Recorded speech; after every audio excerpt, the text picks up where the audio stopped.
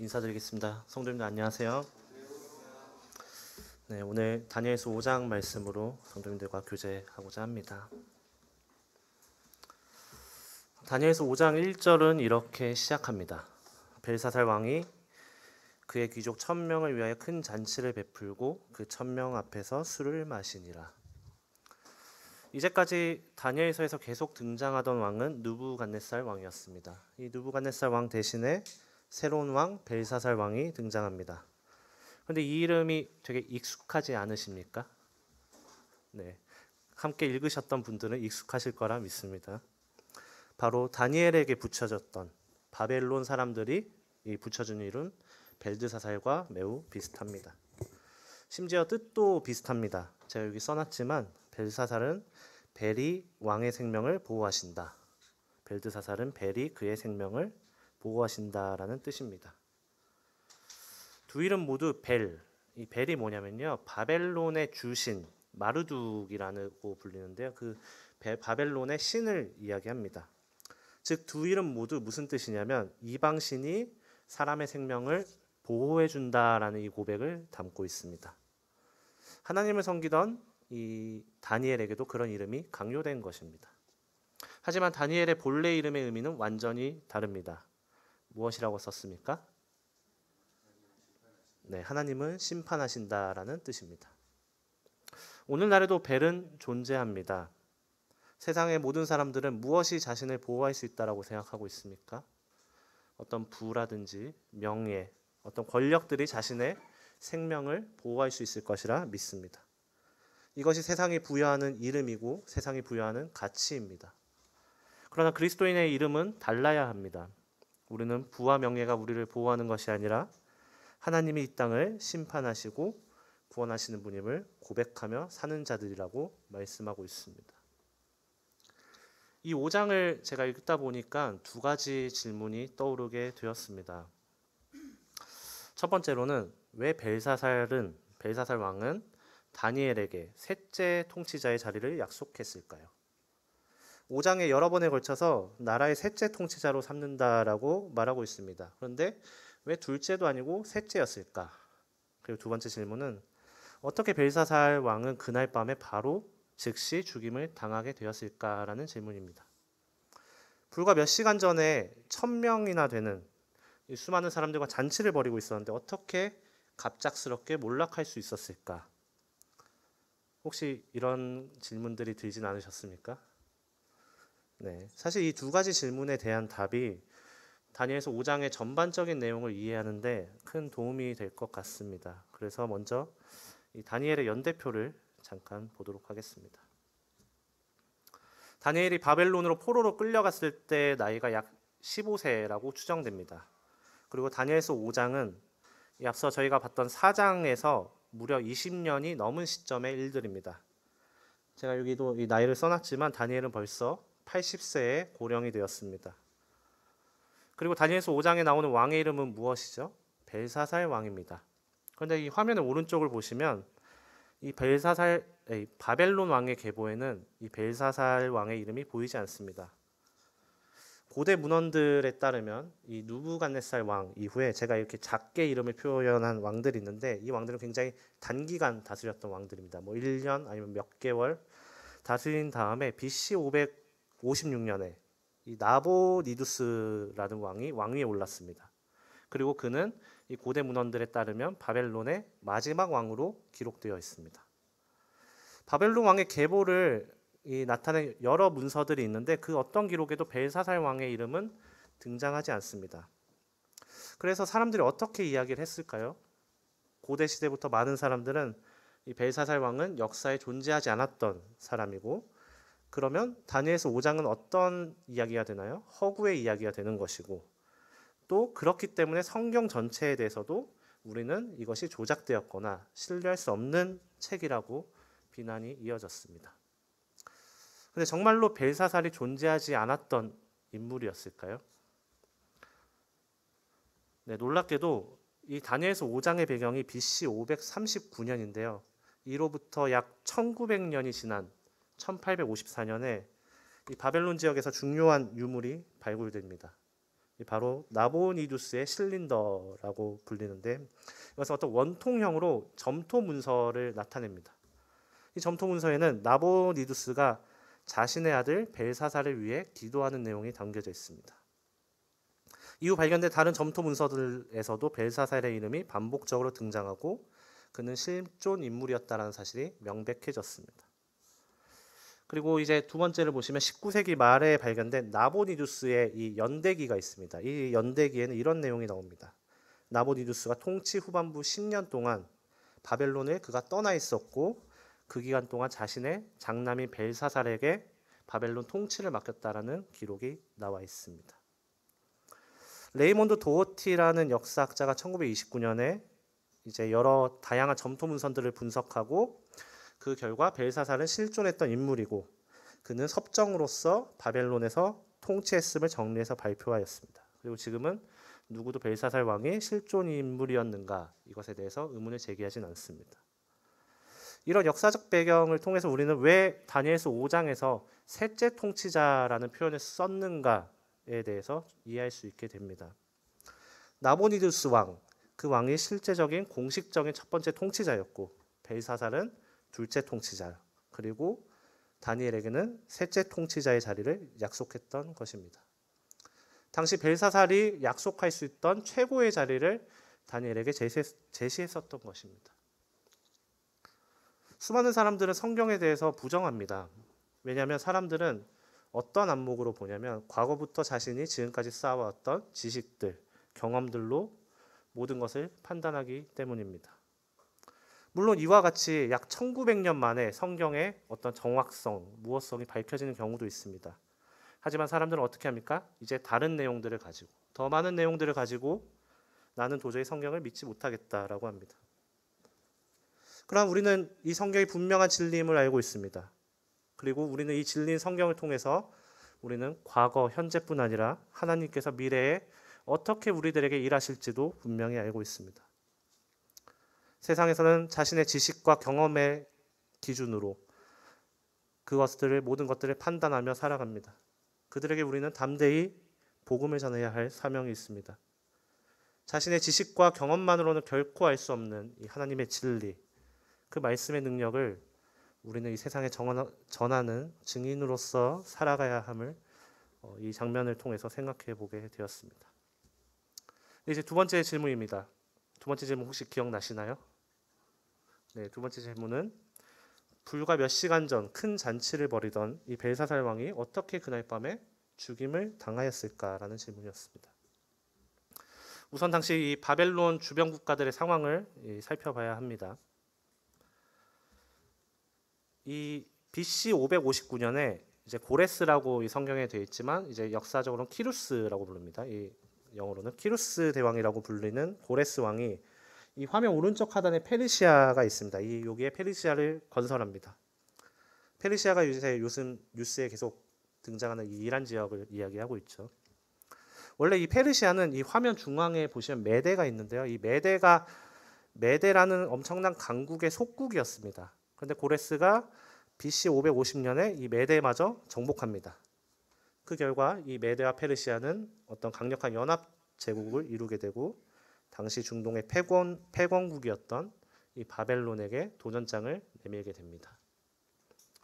이 메대와 바사의 연합군은 바벨론과의 전쟁에서도 계속 승리를 거둡니다. 그리고 수도 바벨론 성을 포위하게 됩니다. 이것이 바로 이것이 바로 다니엘서 5장의 상황입니다.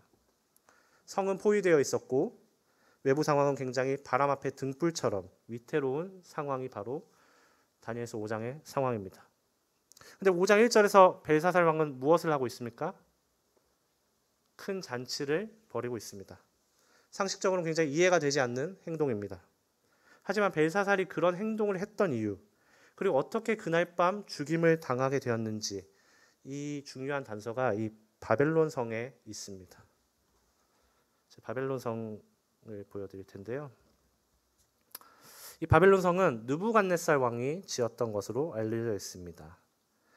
고대 그리스의 역사가 헤로도토스에 따르면 이 바벨론 성의 외벽은 약 90km에 달했고 너비는 24.4m, 높이는 무려 97.5m에 이르렀다고 합니다.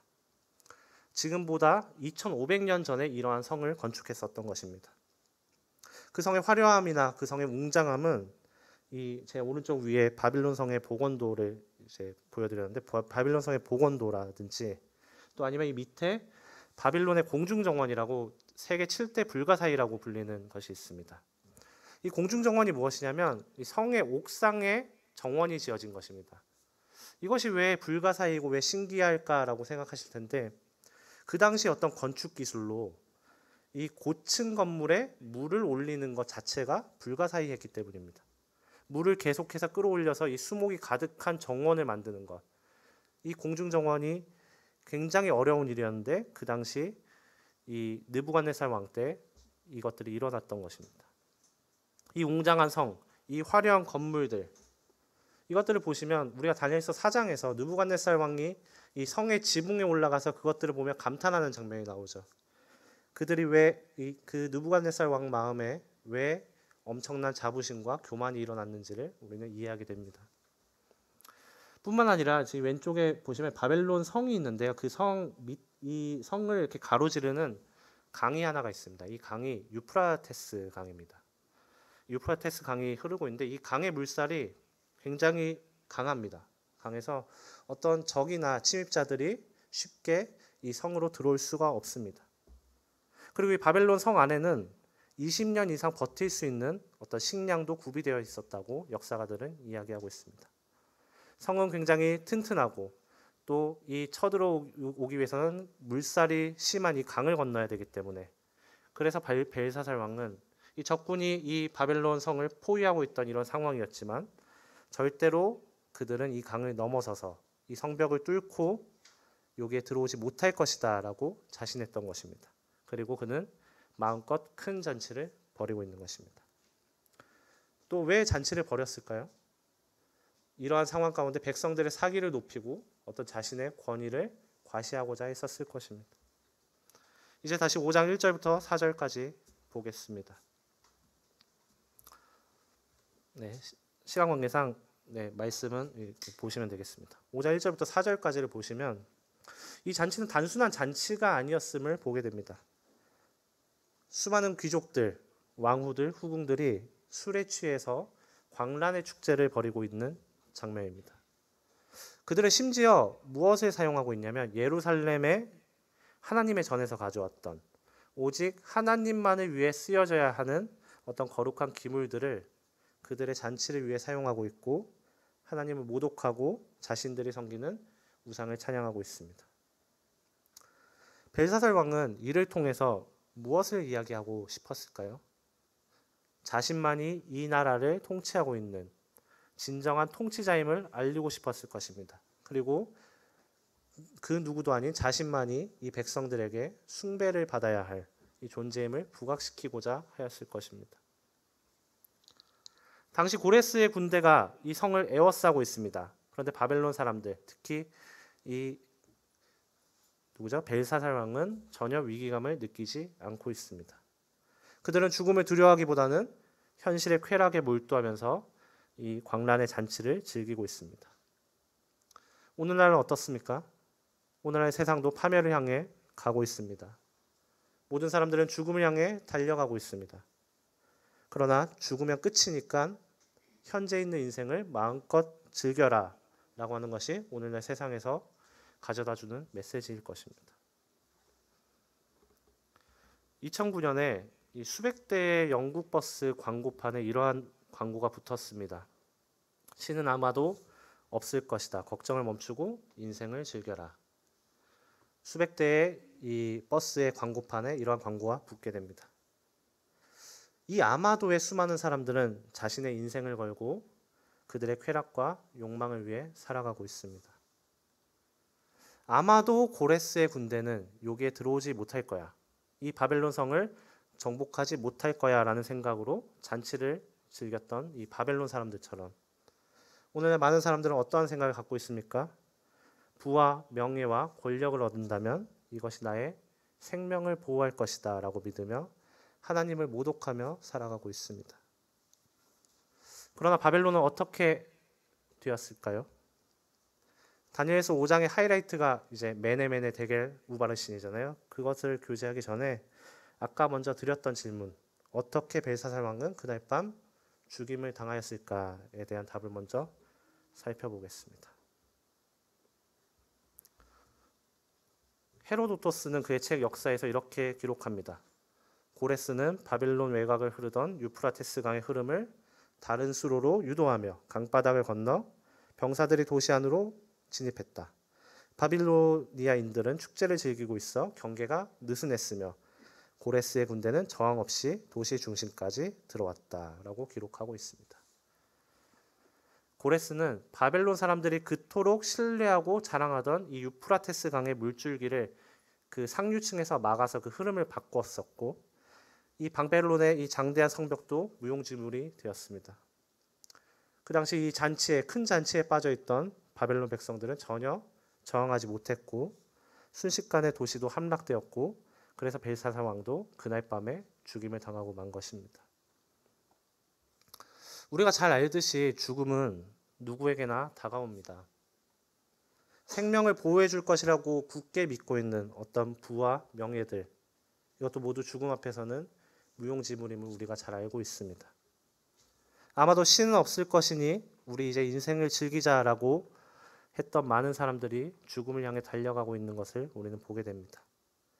그리고 그 위에는 하나님의 심판이 있음을 우리는 명백히 알고 있습니다.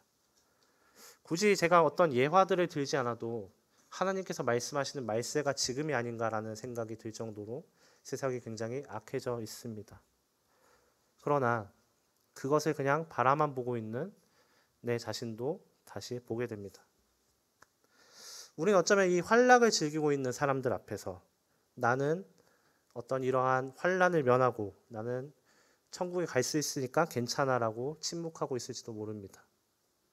때로는 우리는 이 파티를 나도 조금은 즐겨도 되지 않을까, 잠깐 살짝 껴도 되지 않을까라며 거기에 동조하기도 합니다. 그러나 벨사살 왕이 죽음을 맞이하기 전에 침묵하지 않았던 사람이 한 명 있습니다.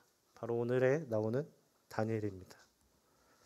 이제 다시 잔치를 즐기고 있는 이 왕과 신하들의 장면으로 가보겠습니다. 이 잔치를 즐기고 있던 그들 앞에 이제 하나님의 심판이 선언되는 장면입니다. 이 말씀에 보시면 벨사살이 얼마나 놀랐는지가 표현이 되어 있는데, 즐기던 빛이 변하고 넓적다리 마디가 녹는 듯하고 무릎이 서로 부딪히게 되었다고 표현하고 있습니다. 벨사살 왕이 애써 태연하게 그는 위안을 삼고 있었지만 아마 마음 가운데는 어떤 두려움, 그리고 혹시나 이 성이 무너지진 않을까 하는 공포심이 있었을 것입니다. 왕은 즉시 이 현상의 의미를 해석하기 위해 여러 노력들을 합니다.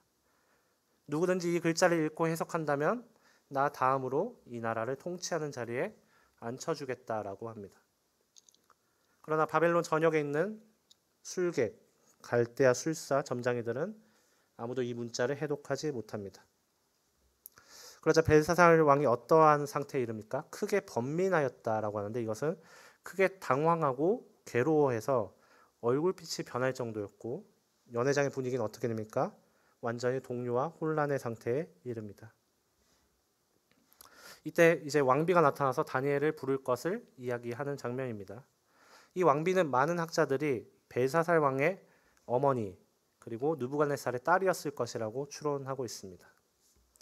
참고로 말씀드리면 다니엘서 5장에서 벨사살 왕의 아비를 느부갓네살로 표현하는 장면들이 계속 나오고 있는데, 이제 처음에 아까 말씀드렸듯이 벨사살 왕은 나보니두스 왕의 아들입니다. 그리고 느부갓네살은 벨사살 왕의 정확히 이야기하면 외조부라고 많은 사람들이 추론하고 있습니다.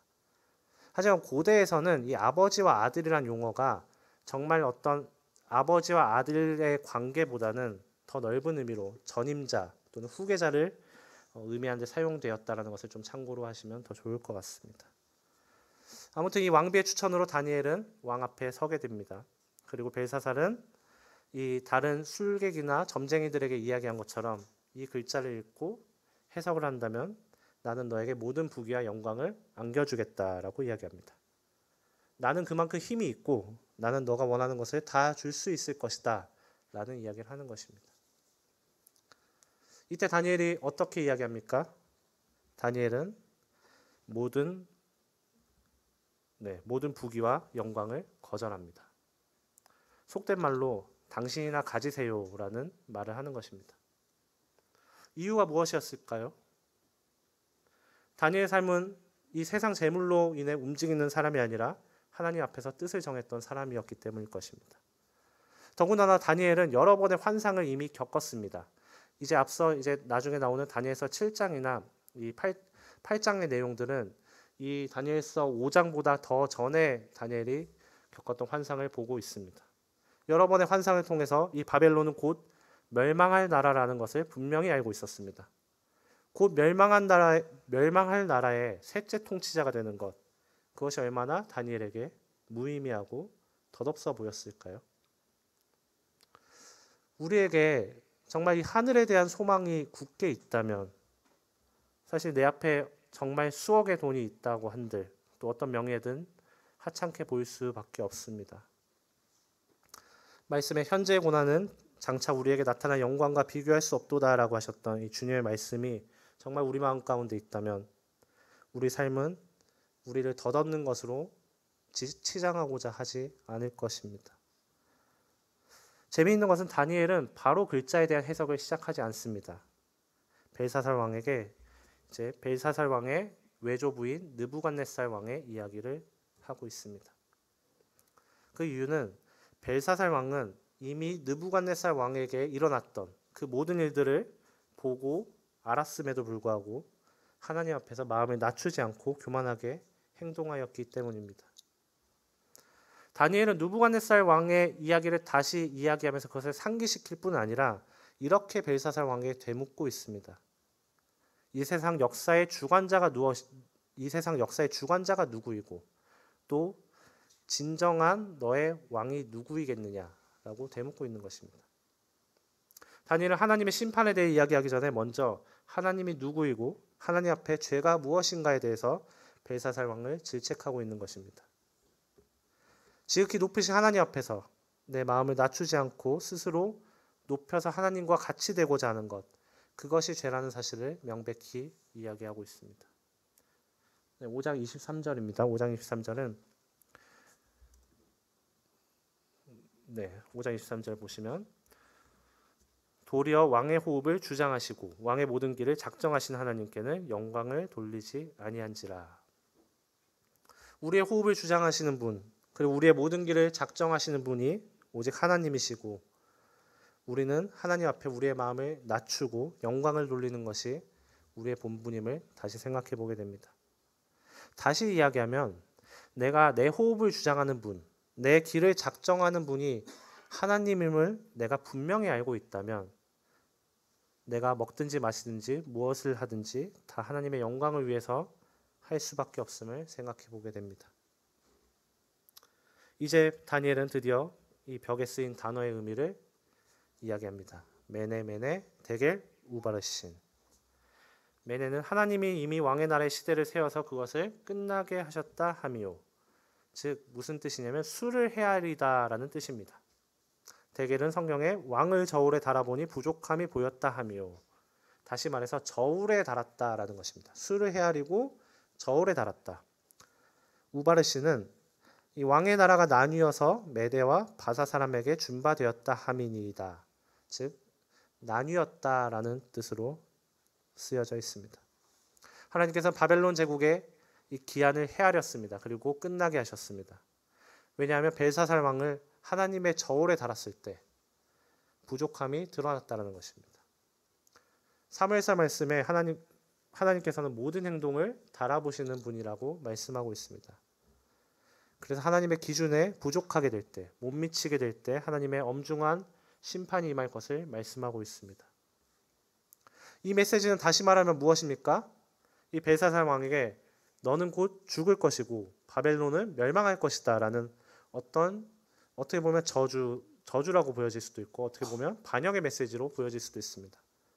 그러나 다니엘은 하나님께로부터 받은 이 음성을 담대히 전파하고 있습니다. 하나님께서 예레미야에게 이렇게 말씀하셨습니다. 그러므로 너는 내 허리를 동이고 일어나 내가 네게 명한 바를 다 그들에게 고하라. 그들로 인하여 두려워 말라라고 하셨던 것처럼 다니엘 역시 하나님께서 그 다니엘 입에 주신 말씀을 그대로 고하고 있습니다. 그러나 벨사살 왕은 그 경고 앞에서 회개하지 않습니다. 오히려 다니엘에게 어떻게 행동합니까? 약속했던 대로 자주색 옷을 입히고 금색 목걸이를 채우고 나라의 셋째 통치자로 삼습니다. 그는 그 순간까지도 아직 나의 나라가 완전히 무너지지 않을 것이다 라는 헛된 믿음이 있었을 것입니다. 그러나 제가 앞서 보여드렸듯이 하나님의 말씀은 한치의 오차도 없이 이루어집니다. 이 찬란했던 바벨론 제국, 이 메소포타미아 일대를 지배했던 이 바벨론 제국은 그날 밤에 고레스가 이끄는 메데 바사 연합군에게 멸망당합니다. 벨사살 왕은 곧바로 죽임을 당했고 바벨론은 역사 속으로 사라집니다. 물론 이 하나님의 저울에 달았을 때 벨사살 왕뿐 아니라 어떤 사람도 하나님의 기준에 못 미치고 턱없이 부족할 것입니다. 왜냐하면 하나님의 심판의 기준은 공의롭고 명확하기 때문입니다. 기준에 못 미치는 자들, 기준에 부족한 자들, 곧 멸망당할 우리들, 그래서 우리에게는 예수 그리스도께서 필요하신 것입니다. 그리고 이제 우리는 어떻게 해야 되겠습니까? 이 부족한 자들, 못 미치는 자들에게 다니엘처럼 세상을 향해서 메네메네 데겔 우바라시인이라고 외쳐야 할 것입니다. 세상은 멸망을 향해 달려가고 있습니다. 성경의 많은 구절을 들어서 이 바벨론 심판에 대해 다루고 있습니다. 특별히 요한계시록 18장에서 바벨론은 그리스도께서 이 땅에 재림하시기 전에 지구를 통치할 가장 마지막 강대한 제국으로 묘사되고 있습니다. 그곳은 귀신의 초소, 각종 더러운 영이 모이는 곳, 각종 더럽고 가증한 새들이 모이는 곳, 다시 말해서 하나님을 대적하고 반역하는 국가이고 음행과 쾌락으로 세상을 타락시키고 있는 국가입니다. 벨사살 왕 마음 가운데 교만이 가득 차 있었듯이 여기 나오는 이 바벨론 국가의 모습 역시 교만으로 가득 차 있습니다. 이 국가는 전 세계 모든 사람을 더욱 파멸의 길로 인도할 것이다 라고 이야기하고 있습니다. 그러나 주님께서 재림하시기 바로 직전에 이 요한계시록 18장을 보시면 오늘 본문에서 고대 바벨론 제국이 하룻밤 만에 멸망한 것처럼 급격히 무너지게 될 것이다 라고 말씀하고 있습니다. 다니엘의 이름 뜻 그대로 하나님께서는 이 세상을 심판하실 것이다 라고 말씀합니다. 오늘날 세상도 오늘 다니엘서 5장에 나오는 고대 바벨론 제국의 모습처럼 또 요한계시록 18장에 나오는 이 적그리스도가 다스릴 바벨론의 모습처럼 파멸을 향해 달려가고 있습니다. 우리는 물론 이 환난을 면할 것이고 예수 그리스도께서 이 땅을 다스리실 때 함께 이 땅을 다스릴 것입니다. 그러나 우리는 환난을 면할 것이니까 괜찮으니까 방관하고 이 패망으로 달려가는 이 세상 앞에서 침묵하고 있는 것은 하나님 앞에서 우리의 미션을 다하지 못하는 것일 것입니다. 앞서 사무엘상 말씀에서 하나님께서는 우리의 모든 행동을 달아보시는 분이라고 말씀하셨습니다. 하나님께서 우리의 행동 역시 감찰하시는 분입니다. 네, 결론으로 좀 넘어가겠습니다. 저는 사실 말씀을 읽고 우리 이제 누구처럼 됩시다라는 말을 이렇게 별로 좋아하진 않습니다. 어렸을 적에 아마 저의 첫째 딸인 다경이 정도 나이 됐을 때였나요? 제가 그때 사자굴에 들어간 다니엘 이야기를 읽고 나서 저도 다니엘처럼 되고 싶어요라는 말을 했던 기억이 있습니다. 그때 저희 어머니께서 얼마나 좋아하시던지 그 기뻐하시던 그 모습이 아직도 눈에 선합니다. 근데 시간이 흐르고 이제 나이가 점점 제가 들면서 제 자신을 돌아보니까 저는 다니엘처럼 사자굴에 들어갈 믿음도 없고 이 새 친구들처럼 풀무불 속에 들어갈 용기도 없다는 것을 깨닫게 되었습니다. 다니엘이 겪었던 어떤 고난들이 있잖아요. 그 중에 가장 난이도가 낮아 보이는 고난이 무엇입니까? 어렸을 때 왕의 사내 진미를 거절하고 이 채식을 하는 것이잖아요. 근데 그것도 저한테는 정말 쉽지 않은 일입니다. 왜냐면 저는 식사를 할 때 고기가 빠지면 식사가 좀 어려운 사람이기 때문에 이 사내 진미를 거절하고 채식하는 것, 그것은 저에게 어떤 이 사자굴에 들어가는 것처럼 어려운 일처럼 보입니다. 성경 속 인물처럼 돼야겠다라는 이런 다짐이 큰 도전과 동기부여가 될 수 있습니다. 그런데 때로는 그것이 내 부족함을 더 크게 보게 하고 또 낙심하게 만들기도 합니다. 심지어 때로는 내가 그 사람처럼 겉모습만 흉내내는 위선자가 되기도 합니다. 하지만 다니엘서 전체를 이렇게 살펴보게 되면 우리는 다니엘의 어떤 행동들을 보게 되는데 다니엘의 믿음의 본질은 그런 어떤 용감한 행동보다는 하나님의 말씀을 있는 그대로 담대히 전했다라는 사실에 있다라는 것을 알게 됩니다. 다니엘은 벨드사살이라고 불렸습니다. 벨이 그의 생명을 보호하신다라는 뜻. 그런데 그는 어떻게 살았습니까? 자신의 원래의 이름인 다니엘, 즉 하나님이 심판하신다라는 이름으로 살았습니다. 세상과 타협하지 않고 하나님의 주권과 심판을 세상 앞에 담대히 선포한 것입니다. 곧 패망할 나라의 셋째 통치자, 이것은 다니엘을 전혀 흔들 수 없었습니다. 그런데 다시 제 삶을 살펴봤을 때 다니엘처럼 하나님의 주권과 하나님의 심판을 담대히 선포하는 것, 이것이 아이러니하게도 사자굴이나 풀무불에 들어가는 것, 아니면 제가 채식하는 것보다 더 힘들어 보이기도 합니다. 어떤 사람들의 관계 때문에 또 지금은 때가 아니다라고 생각하면서 정말 알맞은 때와 환경을 너무나 기다리기 때문에, 또 아니면 내 자신의 부끄러움, 또 사람의 눈을 의식하는 어떤 외식적인 모습들 때문에 하나님의 주권과 심판을 담대히 선포하는 것이 오히려 제 삶 가운데는 더 힘듦을 보게 됩니다. 그래서 기도가 필요한 것을 느끼게 됩니다. 내 자신을 위해서 기도가 필요하고 서로를 위한 기도가 필요합니다. 다니엘의 믿음의 원동력은 이 다음 장에서 나오지만 하루 3번씩 기도하는 것에 있었음을 보게 되었습니다. 단순한 수치로 우리가 비교할 수는 없겠죠. 그런데 다니엘도 3번씩 기도했는데 훨씬 더 연약한 내가 과연 몇 번이나 기도하는가라는 생각을 했을 때 참 부끄러움이 있습니다. 3일 후에 복음 집회가 있습니다. 우리는 이것을 위해서도 분명히 기도해야 될 것입니다. 복음 집회 기간 중에 한 번 죽는 것은 사람에게 정하신 것이요 그 후에는 하나님의 심판이 있다는 사실이 담대하게 영혼들에게 전파되도록, 그리고 부와 명예가 자신을 보호할 수 있을 것이다라고 믿는 이 가치관들로 가득 찬 세상들 속에서, 또 아마도 신은 없을 것이니 걱정을 멈추고 인생을 즐기라라고 말하는 이 사단의 속삭임 가운데서 우리의 가족들, 우리의 친지들이 하나님 앞에 돌아올 수 있도록 우리는 기도하고 외쳐야 될 것을 이 다니엘서 5장 말씀을 통해 깨닫게 됩니다. 앞서 찬양 시간에 이 찬양을 불렀습니다. 복음의 빚진 자라는 찬양을 불렀는데 참 우리는 복음의 빚진 자라는 사실을 다시 한번 생각해 보게 됩니다. 우리의 호흡을 주장하시고 우리의 모든 길을 작정하시는 하나님께 영광을 돌리는 삶, 그걸 살아갈 수 있도록 함께 기도합니다. 네, 이상으로 마치겠습니다.